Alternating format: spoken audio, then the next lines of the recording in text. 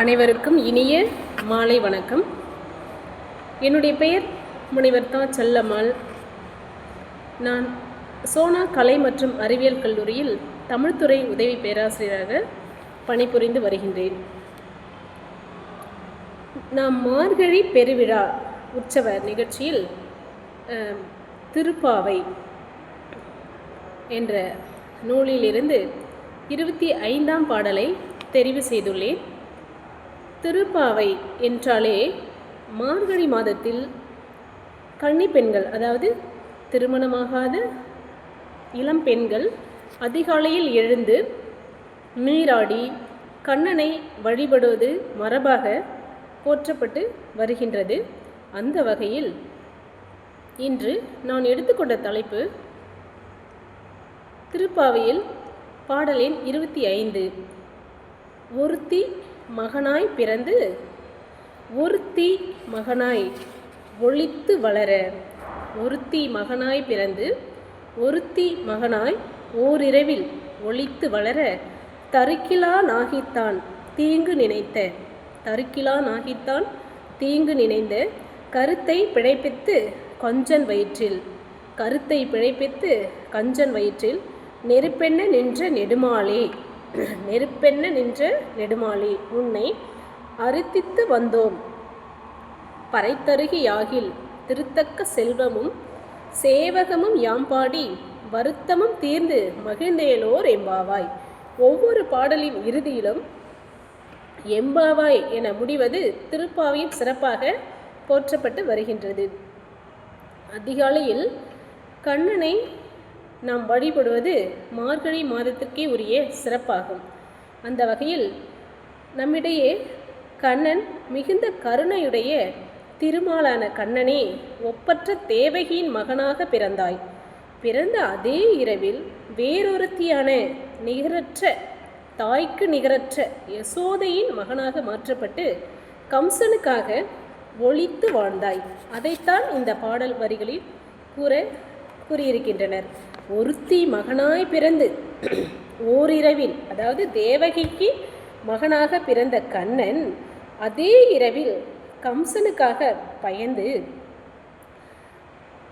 யசோதையின் மகனாக ஒளித்து மறைத்து வளரக்கூடிய சூழல் ஏற்படுகின்றது. அதைத்தான் வளர்ச்சியை பொறுக்காது, கண்ணனுடைய வளர்ச்சியை பொறுக்காது உனக்கு தீங்கிழைக்க எண்ணினான். யார் அப்படின்னு பார்த்தீங்கன்னா கம்சன். அவன் எண்ணத்தை முறியடித்து அவன் வயிற்றில் நெருப்பாக நின்றாய். கம்சனுடைய வயிற்றில் கண்ணபிரான் எப்படி இருக்காங்களாம்? நெருப்பாக நிற்கின்றார். நாங்கள் உன்னை நாடி வந்திருக்கின்றோம். நாங்கள், அதாவது பாவையாகிய பெண்களாகிய நாங்கள் உன்னை நாடி தேடி வந்திருக்கிறோம். நோன்புக்கு தேவையான பறையை நீ தருவாயனால், எங்களுக்கு தேவையான எல்லா வசதி வாய்ப்புகளையும் நீ தருவாயனால் உனது சிறந்த செல்வத்தையும் வீரத்தையும் பாடுவோம். எங்கள் வருத்தமும் தீர்ந்து மகிழ்ச்சியும் அடைவோம். அதைத்தான் ஒருத்தி மகனாய் பிறந்து என்ற பாடல் வரிகள் மூலம் கூற இருக்கின்றனர். உங்கள் ஊரில் கண்ணனாக வந்திருக்கிறேன். நீங்கள் வாமனன், ராமன் என்றெல்லாம் யார் யாரையோ பாடுகிறீர்களே என்று எம்பெருமான் கேட்டானாம். முழுவதும் கண்ணனது சரித்திரத்தையே பாடத் தொடங்கினார்கள் ஆயர் மகளிர். கண்ணனது பிறப்பு, வளர்ப்பு, செயல்கள் எல்லாமே இனியவை. எனது பிறப்பும் இனிமே, செயலும் இனிமே என்று தன்னை பற்றி கூறினான் கண்ணன் கீதையில். கண்ணன் தேவகியின் மகனாக பிறந்தான். பகவானையே பிள்ளையாக பெற அவள் பெரும்பேறு பெற்றவள். அவளுக்கு இணையே இல்லை. ஒப்பற்ற அவளுக்கு பிறப்பற்றவன் கண்ணன் பிறந்தான். புராணங்களில் பிறந்தான் என்பதற்கு பதில் தோன்றினான் என்ற உயர்வாக குறிப்பிடுவார்கள். வைணவத்தில் பகவான் பிறந்தான் என்று சொல்வதில் ஒரு மகிழ்ச்சி. பிறப்பில் பல பிறவி பெருமான் அவன். வேதம் யாரால் இயற்றப்பட்டது என்பது தெரியாத பழமையுடையது என்பது வேதத்திற்கு பெருமையானால், மனிதரால் இயற்றப்படாதது ஆழ்வார்கள் மற்றும் ஆண்டாளால் இயற்றப்பட்டது. அவர்களிடம் பிறந்தது என்பது தமிழ் வேதமான அருளி செயல்களுக்கு பெருமை என்பர் பெரியோர்.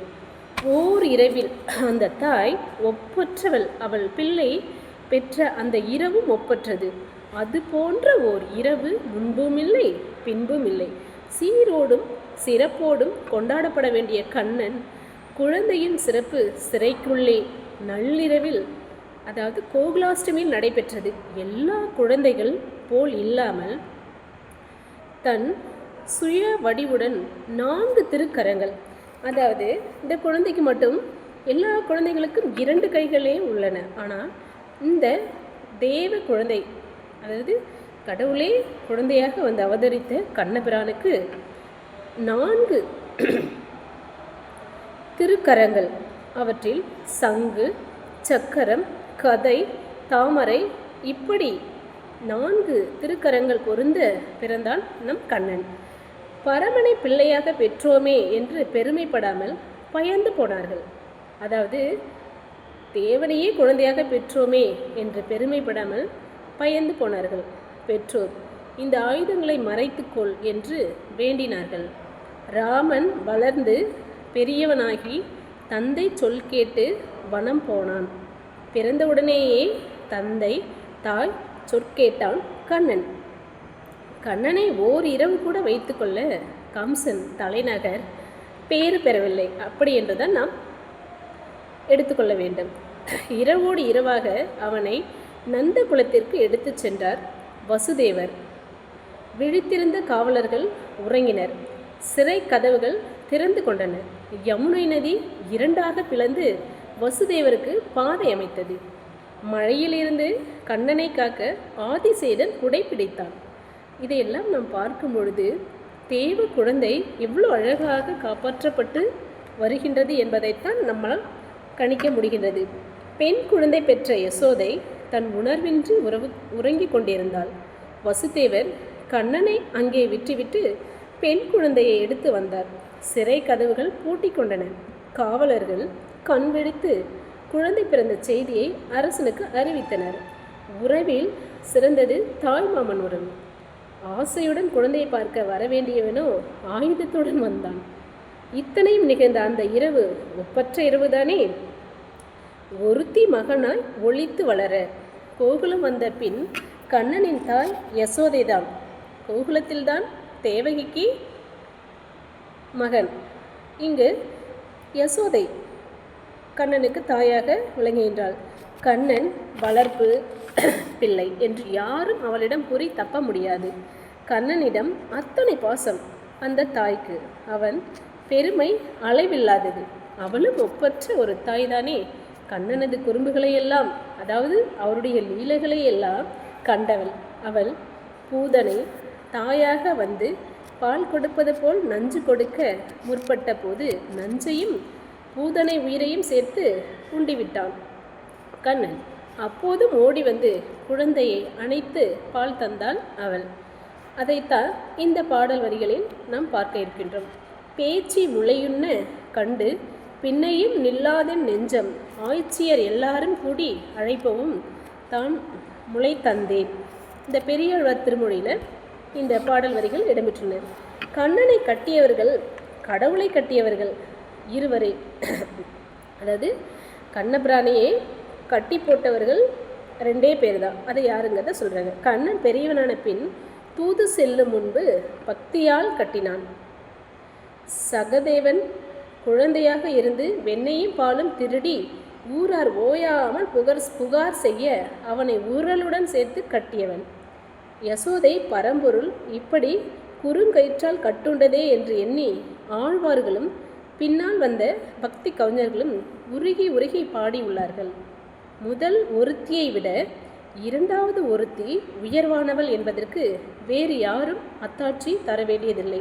தேவகியே யசோதையின் சிறப்புக்கு ஒப்புதல் வாக்கு மூலம் தந்திருக்கிறாள்.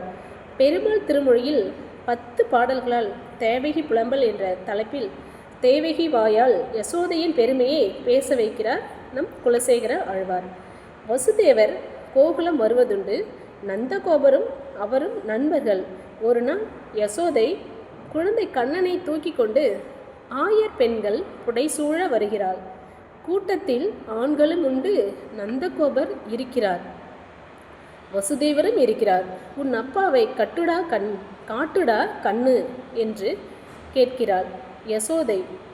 குழந்தை தன் பிஞ்சு விரல்களாலும் கடைக்கன் பார்வையாலும் நந்தகோபரை காட்டுகிறது. வசுதேவர் இருந்த பக்கம் திரும்பவில்லை. பாக்கியமில்லாத என் கைத்தலம் பற்றி மனைவியாக கொண்டதால் வசுதேவருக்கு இந்த பாக்கியமில்லை. தெய்வ நங்கை யசோதையை மனைவியாக கொண்டதால் நந்தகோபருக்கு இந்த பேரு கிட்டியது என்றாள் தேவகி. வெண்ணெய் குடத்தில் முழுவதும் கைவிட்டு வெண்ணெய் திருடிவிட்டான். அகப்பட்டு கொண்டான் கண்ணன். கண்ணன் கையில் சிறு கோலுடன் அடிக்க ஓடுகிறாள் யசோதை. உலகமே வணங்கும் கண்ணன் அவள் முன்பு கையெடுத்து வணங்குகிறான்.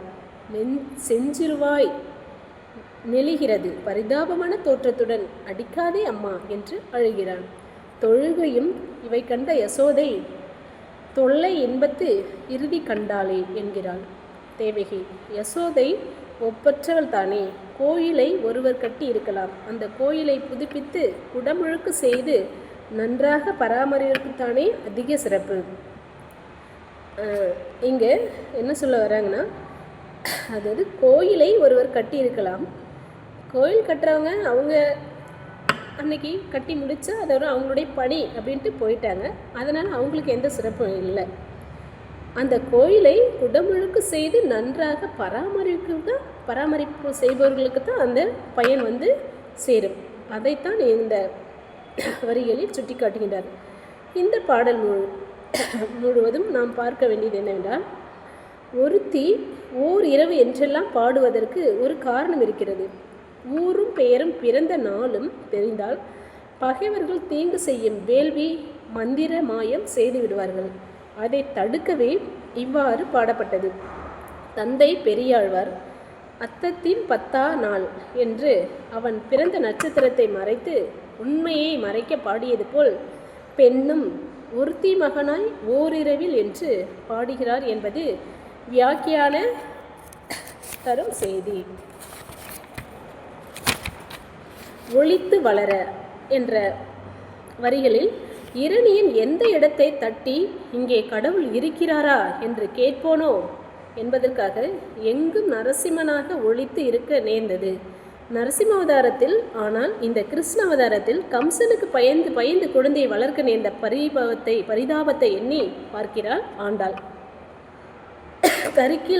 தரிக்கிலான் ஆகி நெருப்பெண்ண நின்ற இந்த வரிகளில் சின்ன குழந்தை வளர்ந்து வரட்டுமே என்று பொறுத்திருக்க முடியவில்லை கம்சனுக்கு. கண்ணனது தீர செயல்கள், அவன் வளர்ச்சி, அவன் அழகு இவற்றை பொறுக்க மாட்டாதவனாக கண்ணனை அழிக்கிய திட்டத்திற்கு மேல் திட்டம். அசுரர் பின் அசுரராக அனுப்பி கொண்டிருந்தான் கம்சன்.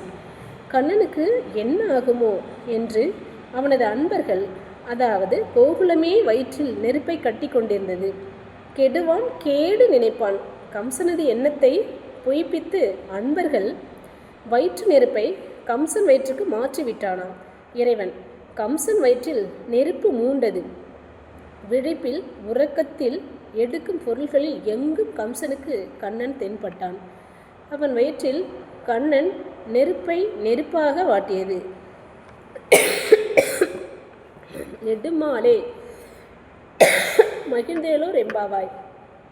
மாலே, அதில் வரக்கூடிய மால் என்றால் மயக்கம், அதாவது எல்லையற்ற அன்பு என்பார்கள் வடமொழியில்.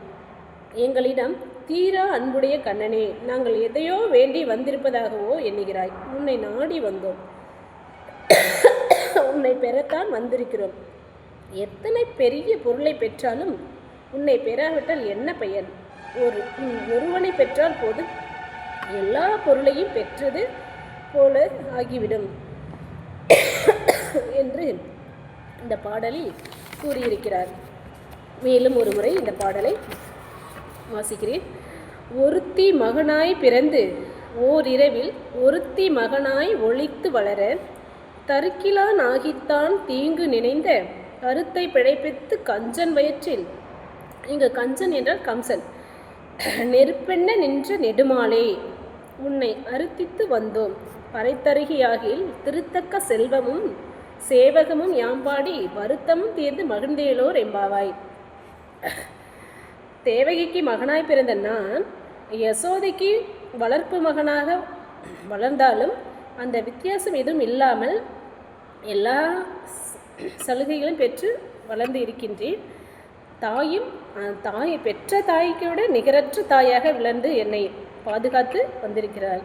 அப்படிப்பட்ட கண்ணனை நீங்கள் உங்களை போற்றுவதற்கு எங்களுக்கு பறை தந்தால் நாங்கள் எல்லா செல்வ வளமும் பெற்று வாழ்வில் சிறப்படைவோம் என்று ஆயர்குல பெண்கள் பாடி மகிழ்வதை நாம் இப்பாடலில் பார்க்க முடிகின்றது என்பதை கூறி என் உரையை நிறைவு செய்கிறேன்.